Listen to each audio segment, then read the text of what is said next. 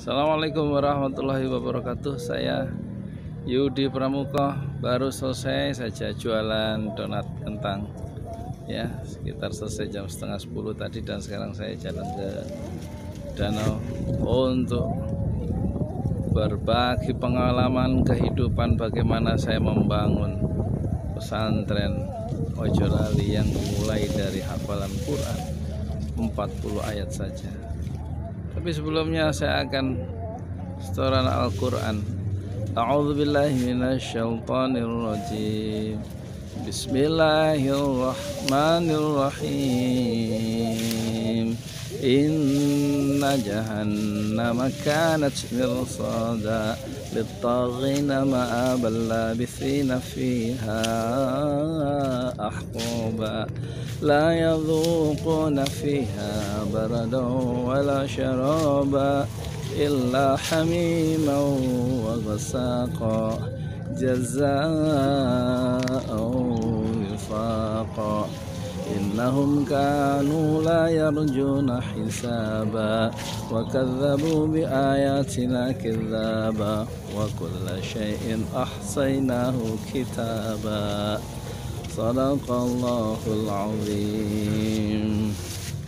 Itu tadi surah An-Naba ya, sebagian dari 40 ayat. Yang pertama dulu saya hafalkan tahun 2010 ketika usia saya berapa? 49 tahun. Itulah surat terpanjang dalam hidup yang pernah saya hafalkan seorang diri selama 2 bulan, dan banyak salahnya, dan sudah saya rekam dan bisa dilihat ya di YouTube. Judulnya Yudi Pramuka mulai menghafal surat An-Naba pada usia 49 tahun, dan kemudian dengan modal 40 ayat itu saya membangun pesantren Ojo Lali awalnya di ruang tamu ukuran 4x5 di rumah ibu saya almarhumah. Kemudian pindah ke rumah saya sendiri tahun 2011, akhir 2012 di teras rumah ya, ukuran 2,5x5. Disitulah saya mengajar sendiri Al-Quran hafalan amma yatasaalun, dari Quran yang saya hafalkan itu, dan kemudian anak-anak itu hafal selama setahun 2 tahun 37 surat, padahal saya juga baru mulai menghafal amma yatasaalun dan kemudian an-nazi'at. Jadi ada kejadian menarik ketika salah satu santri saya yang sekarang sudah SMA, dulu masih kelas 5 SD, itu sudah hafal surat Al-Mutaffifin, tapi saya baru mulai menghafal surat An-Nazi'at, dan saya kasih tahu kalau saya belum hafal surat An-Nazi'at, tapi dia sudah hafal, dia sudah mulai menghafal surat Al-Mutaffifin, disetorkan ke saya, dan saya membuka Al-Quran karena saya tidak hafal. Tapi begitulah ya, dakwah mulai dari yang kecil, dan mulailah merubah mindset untuk berdakwah. Jangan nunggu ilmu yang sempurna. Dakwah itu tidak perlu cukup syarat rukun dan syaratnya harus sempurna baru berdakwah. Ilmunya harus banyak dulu, tapi mulailah dari yang ada. Kalau syarat dan rukun yang sempurna itulah sholat, dan itu memang harus. Tapi kalau untuk dakwah, balighu anni walau ayat, sampaikan meskipun satu ayat dari Rasulullah, katanya begitu, kata Rasulullah pesannya. Jadi mulailah dari yang kecil, dari satu ayat, dan itulah yang memulai pesantren Ojo Lali yang alhamdulillah sekarang santrinya sekitar keluar masuk dari tahun 2011 sampai 2018 itu sekitar 400 santri keluar masuk, dan alhamdulillah sudah bisa membaca Al-Quran sebelum mereka lulus SD. Sudah kita wisuda, sudah pertama tahun 2013, yaitu 11 santri, 11 santri anak SD negeri yang di sekitar sini, dekat danau sini, dan mereka sudah hafal An-Naba juz ke-30, mulainya An-Naba dan berakhir dengan Anas, itu 37 surat, ditambah setoran hafalan Yasin, kemudian Yasin, Ar-Rahman, dan Al-Muluk. Mereka kemudian kita wisuda di musola kecil, dan alhamdulillah saya undang waktu waktu itu camat mau datang, tapi kemudian dengan alasan yang sangat teknis saya batalkan. Kemudian saya ngundang ketua Majelis Ulama Parung, yaitu Kiai Haji Dr. Andes Mat Ilyas, ya, kakak dari ketua Majelis Ulama Bogor Dr. Mukri Aji. Alhamdulillah Kiai Mat Ilyas datang dan sudah santri saya, alhamdulillah datang, dan tentu seluruh orang tua santri sekitar 40 keluarga tumplak di satu musola kecil.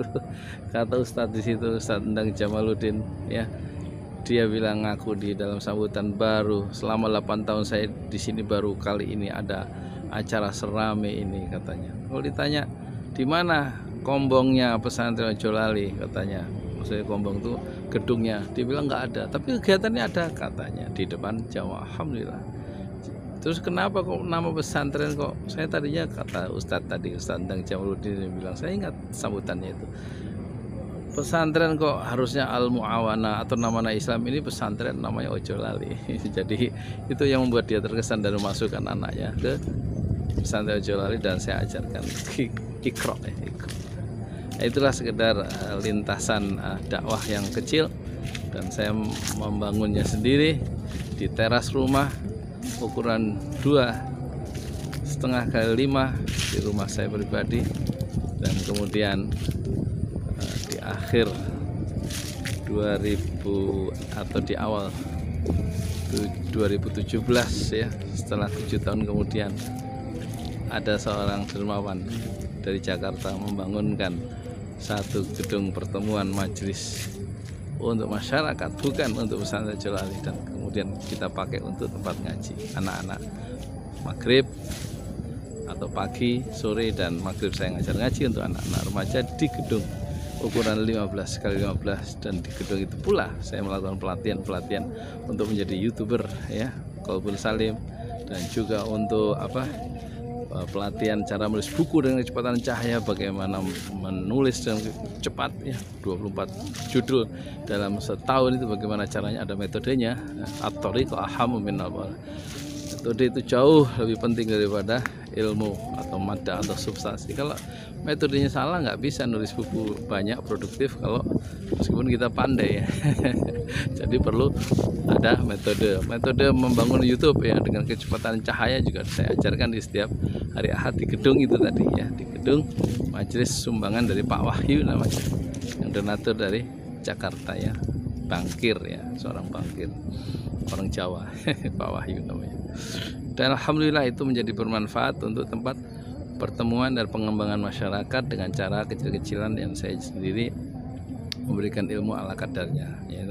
Setelah jualan donat, saya ngajar sorenya untuk anak-anak remaja, ngajar ngaji, ngajar Iqra, bukan ngajar yang canggih-canggih studi Islam gitulah, bukan. Dan ngajar-ngajar yang motivasi kecil-kecilan. Dan sekarang insya Allah hari ini, hari Sabtu, ya, tanggal 9 Maret itu ada program baru setiap malam minggu. Itu rencana saya akan membacakan, ya, kitab Riyadhus Shalihin terjemahannya untuk anak-anak remaja, dan kemudian kita YouTube-kan setiap malam minggu, mulai minggu ini, malam minggu ini insya Allah.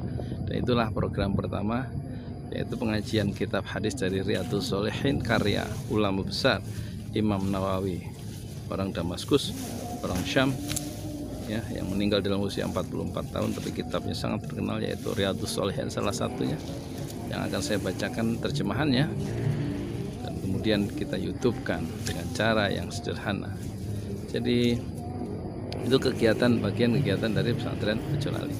Jadi saya membangun pesantren Ojolali semata-mata karena nasihat dari ulama dan politikus besar Indonesia, yaitu Muhammad Nasir, yang lahir 1908 dan wafat 1993. Kata Muhammad Nasir, hindarkan kesalahan besar, yaitu kesalahan tidak berbuat apa-apa.